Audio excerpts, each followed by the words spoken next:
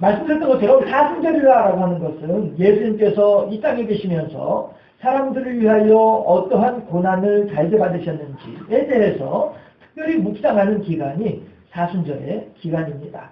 그리고 전에도 소개해드렸던 것처럼 교회력, 성서 일과라고 하는 것은 예수님의 일생의 주기를 1년 동안에 나누어서 그 주간 동안에는 이 성경 구절을 묵상을 하고 이 주간 동안에는 저 성경 구절을 묵상하는 것이 교회력에 맞춘 성서 일과의 진행 순서인데요. 우리 교회는 작년에 이어서 올해에도 바로 이 성서 일과에 맞추어서 교회력에 맞추어서 그렇게 매주마다 하나님의 음성을 듣고 있습니다. 결국 우리 신앙의 선배들은 우리 신앙의 태고쪽 선배들은 이 사순절 기간 중에 첫 번째 날에 창세기 말씀을 묵상했다라고 하는 것을 첫 번째 주에 창세기 말씀을 묵상했다라고 하는 것을 우리가 생각을 해볼 때에 과연 예수님의 고난이 시작되어지는 이 시점에서 과연 창세기의 노아 홍수의 이 말씀을 묵상한 선배들은 무엇 때문에 이렇게 묵상을 했을까? 우리가 한번 거기에 대해서 역추적을 해보자라고 하는 것이죠. 했을 때 어느 누구나 고난에 대해서 기뻐할 사람들은 없을 것입니다. 어느 누구나 어려운 일들을 겪으면서 아유 신난다 할 만한 사람들은 아무도 없을 것입니다. 그럼에도 불구하고 이 세상에는 고난이라는 것이 없을 수가 없다라고 하는 것이죠. 지난주에도 세계적인 당대 세계적인 철학자라고 알려져 있는 쇼펜하우어가 하는 말을 우리가 생각해 보았죠. 모든 인생은 고통이다. 이 아홉 마디, 아홉 음절, 모든 인생은 고통이다. 이것이 쇼펜하우어라고 하는 그 당시 세계적으로 유명하다라고 하는 최고의 지성이라고 일컬어지던 철학자가 했던 말이다. 라고 하는 것을 생각해 볼 때에 얼마나 힘들면 그렇게 말했을까? 그러나 우리들은 지난주에 그런 생각을 했죠. 내가 내 인생을 감당하고자 할 때에는 나로서는 감당할 수 없지만 위로부터 부어주시는 은혜, 위로부터 부어주신 능력을 덧입게 되면 우리들은 그 모든 일들을 넉넉하게 이길 수 있다. 이것이 믿는 자의 특권이다. 라고 하는 것을 함께 지난주에 생각을 해보았는데요.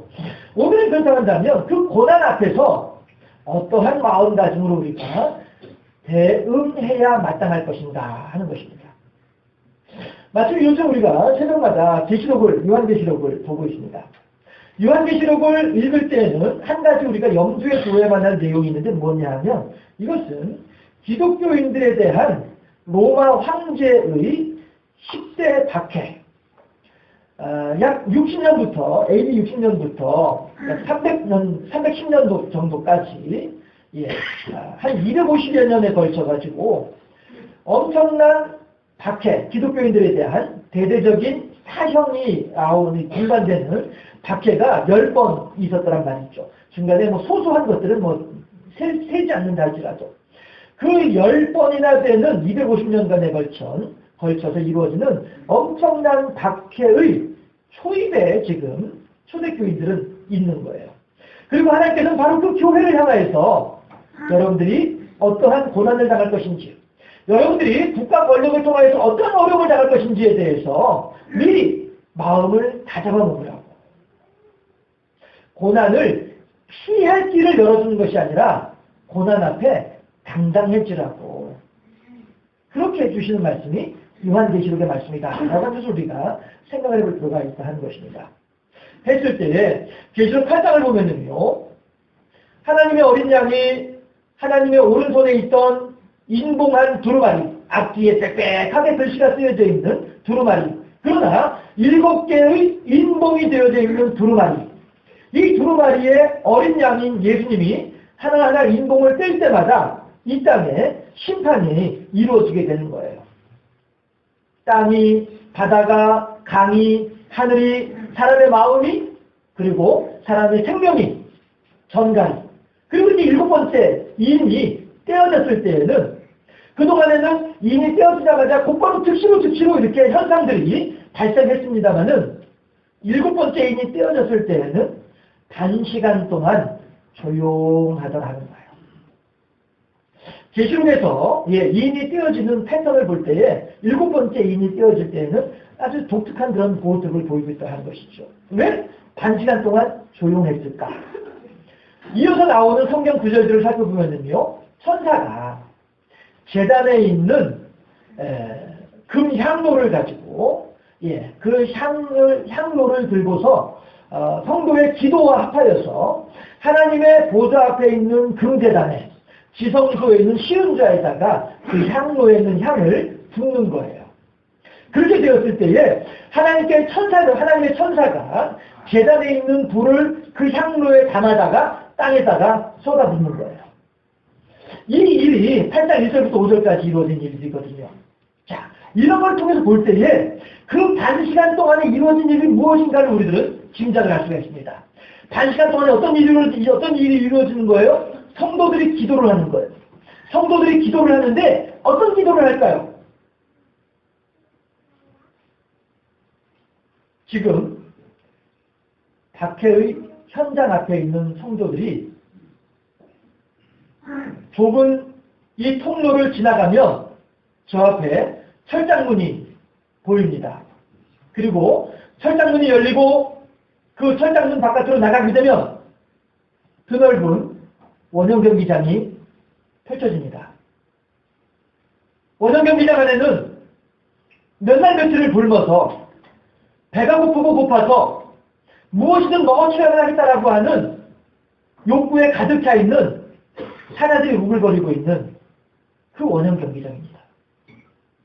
그 원형 경기장 앞에서 철장문이 열려지기를 기다리면서 이제 곧 이 문이 열려지고 내가 저 원형 경기장 안으로 들어가게 되면 저 곰들이 사자의 이빨이, 저 곰들이 사자의 발톱이 내 몸을 찢고 들어올 터인데 이 상황 앞에서 성도들은 무엇을 기도했을까 하는 것입니다.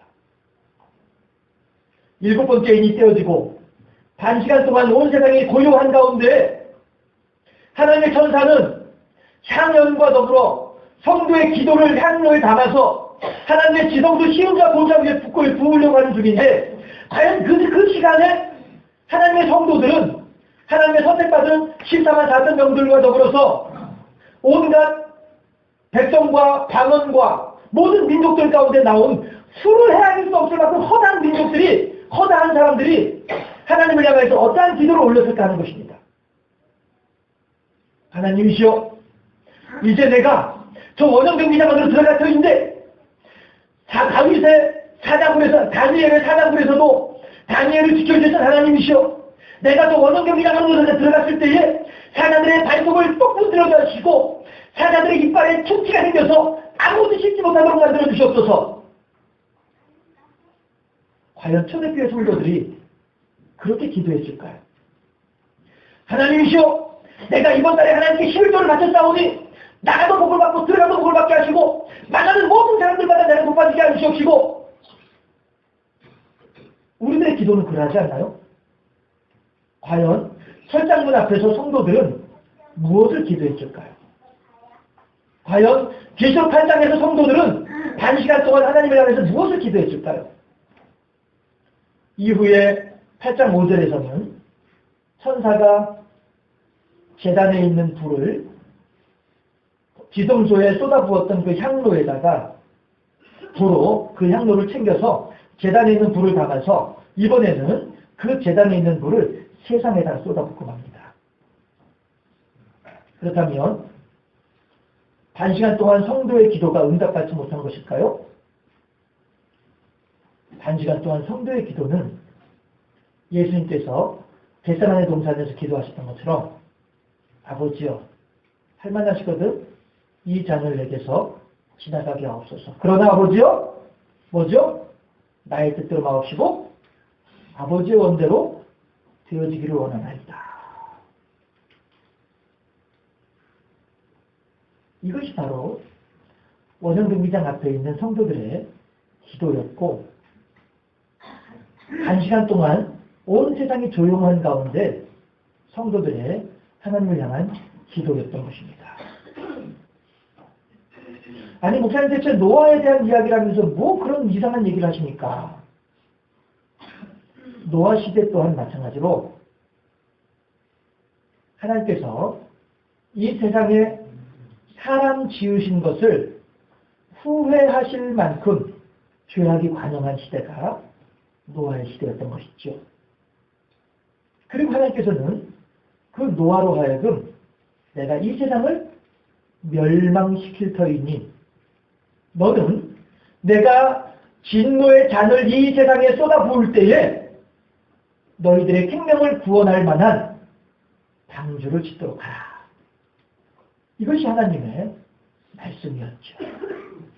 그랬을 때 노아는 120년 동안이나 걸쳐서 방주를 짓는 중에도 하나님 왜 귀찮게 일을 만드십니까? 그냥 좋은 대로 삽시다 그냥 하지 않았다는 것이죠. 노아는 하나님 지금 저기 있는 저 사람들이 나랑 같이 어렸을 때부터 깨먹고 살던 지내오던 친한 친구들인데 저 친구들 다 죽으면 어떻게 합니까? 하나님 좀 용서해 주세요. 노아는 그런 기도했다는 내용이 성경에 나와 있지 않다는 것입니다. 120년 동안 노아와 그의 세 아들들이 산꼭대기에다가 방주를 지을 때 과연 그 식구들을 먹여 살려줄 만한 논과 밭은 어디에 있었겠습니까? 방주 짓는 옆에 있었나요? 과연 산꼭대기에 논과 밭이 있을 수 있나요? 노아와 세 아들들은 120년 동안에 걸쳐서 내 생계 유지에 대해서는 신경 쓰지 않냐고 오직 하나님의 말씀하심을 따라서 저 산꼭대기 위에다가 방주를 지어라. 몇 년 동안이요? 110년 동안 지어라. 아멘. 우리 성도들은 지금 오늘 무엇을 위해서 기도하고 있습니까? 하나님을 믿노라 하면서도 불구하고 하나님을 향하여 은혜 받아서 노라 고백하면서도 불구하고 하나님으로부터 무한한 사랑을 받았습니다라고 고백하고 있음에도 불구하고 과연 우리 성도들은 오늘 무엇을 바라보고 있으며 우리 성도들은 오늘 무엇을 추구하고 있으며 우리 성도들은 오늘 무엇을 위하여서 힘쓰고 애쓰고 있습니까? 하나님을 향하여 원망하고 하나님을 향하여 낙심하고 하나님을 향하여 의심하며 그렇게 마치 어린아이가 엉금 기듯이 그렇게 천천히 너무나도 천천히 그렇게 우리들은 천성을 향하여 걸어가고 있는 우리들의 부모 되시는 하나님의 마음을 애잔하게 만들고 답답하게 만들고 안타깝게 만들고 있는 그런 우리 성도들은 아니겠는가 하는 것입니다. 이 세상은 어느 누구도 나의 마음에 의해서 나의 생각에 의해서 나의 계획에 의해서 세상을 바꾸고 변화시킬 수 있는 사람은 아무도 없습니다. 그러나 노아는 그 속에서 세상을 바꾸고자 하지 아니하였고 하나님의 뜻을 돌이키고자 애쓰지 아니하였다라고 하는 것입니다. 도리어 하나님의 뜻하심이 어디에 있는지를 정확하게 파악을 하고 거기에 순응하였던 사람이 노아였다 하는 것이죠. 우리 성도들 마찬가지로 이 세상을 살아감에 있어 우리가 마땅히 갖추어야만 할 것이 있다고 한다면 그러한 나의 생각이 하나님의 생각을 맞추려고 할 것이 아니라 나의 원하는 대로 하나님께서 움직여주기를 바라면서 기도할 것이 아니라 과연 이 순간 과연 이 자리에서 하나님은 나에게 무엇을 요구하실까? 과연 이 시간 내가 하나님을 향하여서 마땅히 가져야만 할 마음가짐은 무엇일까? 우리가 이것이 아쉽고 이것이 그리운 오늘날 우리들의 삶의 모습은 아닌가 하는 것입니다. 사순절 첫째 주에 노아에 대해서 묵상하였던 우리들 신앙의 선배들은 바로 이러한 점에 있어서 하나님, 내가 이 세상 살아가는 가운데 혹이라도 내 마음대로 하나님을 조종하려 하지 말게 하시고 언제든지 나를 쳐서 복종시킴으로써 하나님의 뜻을 준행하는 하나님의 착하고 충성된 종이 되게 하옵소서. 우리 신앙의 선배들은 이렇게 묵상하지 않았을까 짐작해 보는 것이죠. 예수님인들 당신의 목숨이 소중하지 않았겠습니까? 예수님인들 당신의 모친 마리아가 당신의 동생들이 안타깝지 않았겠느냐 하는 것이죠. 성경에서는 분명히 증언하고 있기를 예수님께서는 당신의 시간이 얼마 남지 아니한 것을 아시고서는 당신의 제자들을 사랑하시되 끝까지 사랑하셨다라고 말씀을 하고 계세요. 이리도 사랑하는 제자들을 남겨두고 앞으로 다가올 박해의 현장들에 대해서 눈에 훤히 보면서도 불구하고 이 제자들을 그냥 내어버려 두고 갈 수밖에 없는 그 예수님의 마음은 어떠했을까? 우리들은 한번 생각해 볼 필요가 있을 것입니다. 그럼에도 불구하고 예수님은 비아돌로로사라고 하는 빌라도 법정에서 골고다 언덕까지 이르는 그 좁은 골목길을 무거운 십자가에 통나무를 짊어지고 비틀비틀 밤새 한잠도 못 주무시면서 40에 하나 감한 매를 맞으면서 어떤 사람들은 그 40에 하나 감한 그 매를 맞는 중에도 죽는 경우도 있다고 할 정도로 그렇게 혹독한 고통과 고난임에도 불구하고 그 육신의 그 고통을 그대로 짊어지고서 비아돌로로사 그 좁은 길을 올라가셨던 분이 예수님이셨다. 왜 그러셨을까? 과연 내가 하고자 한다면 하늘의 12영이 더 되는 군대를 불러내서 이 모든 로마 군인들을 싹 쓸어낼 것에 대한 능력이 내게 없는 줄 아느냐 말씀하시는 예수님이신데 어찌해서 그 당신에서 하실 수 있는 하늘의 12영이 되는 더 되는 군대를 불러낼 수 있는 그 권능을 행사하지 아니하시고 그 권세를 사용하지 아니하시고 남의 것도 아니고 바로 당신의 것임에도 불구하고 어째서 그것을 하지 아니하시고 손가락 하나만 까딱하면 모든 것들이 해결될 수 있었음에도 불구하고 그 일을 행하지 아니하시고 어찌해서 이 어렵고 힘든 그 십자가의 길을 걸어가셨던가 하는 것입니까? 왜 그랬습니까?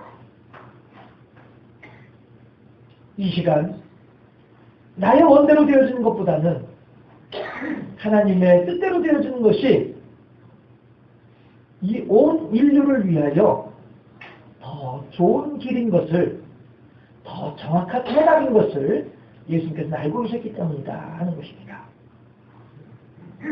우리들은 이 세상을 살아가면서 말이죠. 우리들의 살아오는 패턴대로, 우리들의 살아오는 사고방식대로 그렇게 살아서는 결코 하나님의 구원의 대열에 동참할 수 있는 자격을 갖지 못할 것입니다. 왜냐하면요, 똑같이 우리들은 다 영적인 운전면허증을 따고자 하는 수험생들이거든요. 그러면 면허증을 따려면요, 필기시험에 합당한 점수를 받아야만이 패스를 해요. 그래야 그 필기시험에 패스해야 그 다음 단계 실기시험을 보고 그 다음에 주행시험을 보고 그 다음에 이제 면허증을 받을 수 있는 거란 말이죠. 그 단계 중에서 어느 한 단계라도 이루지 못하면 더 이상 다음 단계로 넘어가지 못하는 것이 운전면허증이잖아요. 우리들이 천국에 들어가는 길 또한 그러하다라고 하는 것이죠. 하나님께서 우리들을 훈련시키고자 하십니다. 우리들은요, 애초에 어느 누구도 면허증을 태어나면서부터 가지고 있는 사람은 아무도 없어요. 우리가 열심히 공부하고 노력을 하고 연습을 해야 딸 수 있는 것이 면허증이에요. 우리들은 이 세상에 태어나면서 어느 누구도 천국행 티켓을 다 가지고 태어난 사람은 아무도 없어요. 이 세상에 태어나는 모든 사람들은 이미 다 지옥행 티켓을 가지는 사람들이라는 말씀이 있죠. 이대로 살면, 이 방식대로 살면 우리들은 모두 다 지옥으로 갈 수밖에 없는 그런 상황이란 말씀이에요. 그런데 하나님께서 우리들에게 이 세상의 모든 사람들이 걸어가는 그 길을 걸어갈 수밖에 없는 우리들임에도 불구하고 우리들로 하여금 그 운명이요 숙명이요 피할 수 없는 길임에도 불구하고 그 길을 피할 수 있는 길을 열어주셨단 말이죠. 그 방향에서 지옥으로 가는 우리들의 길이 지옥이 아닌 천국으로 옮겨갈 수 있는 천국길로 가는 그 방향으로 틀을 수 있는 돌이킬 수 있는 문을 열어주시더라라고 하는 거예요. 어떻게 열으셨어요? 이 땅의 모든 사람들이 태어나는 부혈 모정을 따라 태어난 것이 아니라 하나님의 성령의 권능으로 태어나신 예수님이 계시더라라고 하는 것이죠. 그리고 마찬가지로 이제 우리들 마찬가지로 우리들 앞에 주어져 있는 이 길을 그냥 걸어갈 것이 아니라 가족 중에라도 어쨌든지 하나님의 부르심을 받아서 하나님의 성령의 인도하심을 따라서 예수님을 향하여 난 새롭고 산 길로 들어가기만 하면 이제부터 우리들은 더 이상 지옥길이 아니라 천국으로 갈 수 있는 길이라고 하는 것입니다. 지금까지 살아오던 삶의 방식이 아니라 하나님의 말씀대로 삶의 방식으로 바꾸게 되었을 때에 지금까지 나의 원대로 살아가는 방법이 아니라 하나님의 원이 무엇인가를 알고 그 길을 따라갈 때에 우리는 그때서 비로소 천국의 길로 잡아줄 수 있다는 것입니다. 하나님께서는 예수님께서는 바로 이러한 하나님의 계획, 하나님의 간절한 소망을 알고 계셨기 때문에 십자가의 길을 넉넉히 감당할 수 있었던 것이고 그 길에 오르실 수 있었던 것이고 이제 우리들을 향하여서도 이 길로 따라오라고 비록 좁고 거친 길일지언정 이 길로 따라오라고 우리들에게 가르쳐주고 계시죠. 오늘 새벽에도 요한계시록 10장을 보았습니다. 10장 11절에서 사도 요한이 힘센 천사의 손에 들려져 있던 펴져 있는 두루마리를 받았어요. 받았더니 힘센 천사가 뭐라고 하냐면은 먹으라 하여. 그래서 사도 요한이 그 두루마리를 먹었어요. 입에는 되게 달아요. 그런데 배에서는 써요. 고통스러워요. 천사가 말하기를 이제 가서 많은 사람들에게 예언하라 라고 얘기해요. 예수 믿기는 싫습니다. 예수 믿고 천국 가기는 싫습니다. 하지만 신앙생활 잘 하기는 결코 만만하지 않습니다. 내 뜻을 버리고 내 욕심을 버리고 내 형편과 자정을 내려놓고 노아가 120년 동안 생계수단을 다 내비며 두고 산에 올라가서 방주를 짓는 동안에 그 혼자 하는 것도 아니고 그의 세 아들들과 더불어 같이 올라가서 행하게 될 때에 많은 사람들은 이 사람아 뭘 먹고 살려고 그래? 이 사람아 당신 저희 주변도 좀 살펴봐야 될 것 아니야? 잘 믿기는 어렵습니다. 그렇지만 어려운 길을 걸어가게 될 때에 많은 사람들이 지나가지 않아서 좁고 협착한 길이고 거친 길이지만 그 길을 걸어가게 될 때에 지금까지 살아오면서 나의 삶의 방식, 지금까지 나의 생활 방식, 너무나도 익숙하고 너무나도 편안하고 너무나도 안락한 것처럼 여겨지는 나의 삶의 방식, 그러나 필경은 사랑으로 이끌 수밖에 없는 나의 삶의 방식에서 벗어나서 성령께서 우리들을 인도하신 대로 하나님께서 예수님을 이 땅에 보내주신 그 방법대로 우리들이 하나님의 길로 새롭고 난 좁은 길로 협착한 길로 괴로운 길로 쓴 길로 접어들어가게 되면 그때야 비로소 우리들은 그 고난을 통하여서 하나님의 영광의 보좌 앞에까지 나아갈 수 있게 된다는 것입니다. 계시록 8장에서 철장 앞에서 성도들은 겟세마네 동산에서 예수님께서는 결코 당신들의 유익을 위하여 하나님께 기도하지 아니하였으며 하나님이시여 임박한 진노를 피할 수 없는 이 상황 속에서 하나님이시여 하나님의 뜻이 이 땅에 온전히 이루어지기를 소망하나이다. 우리 성도들 또한 이제 사순절을 지내면서 하나님을 나의 욕심의 수단으로 내 소원 성취의 도구로 사용할 것이 아니라 나의 소원을 내려놓고 나의 욕심을 내려놓고 하나님께서 나를 통하여 이루시고자 하는 일이 무엇인지를 오전에 깨달아 알아서 그 일을 위해 수고하고 애씀으로써 하나님을 기쁘시게 하는 하나님의 자꾸 충성된 종으로서 지혜롭게 말세를 살아가는 우리 모두가 되어질 수 있기를 주님의 이름으로 축원합니다. 기도하겠습니다.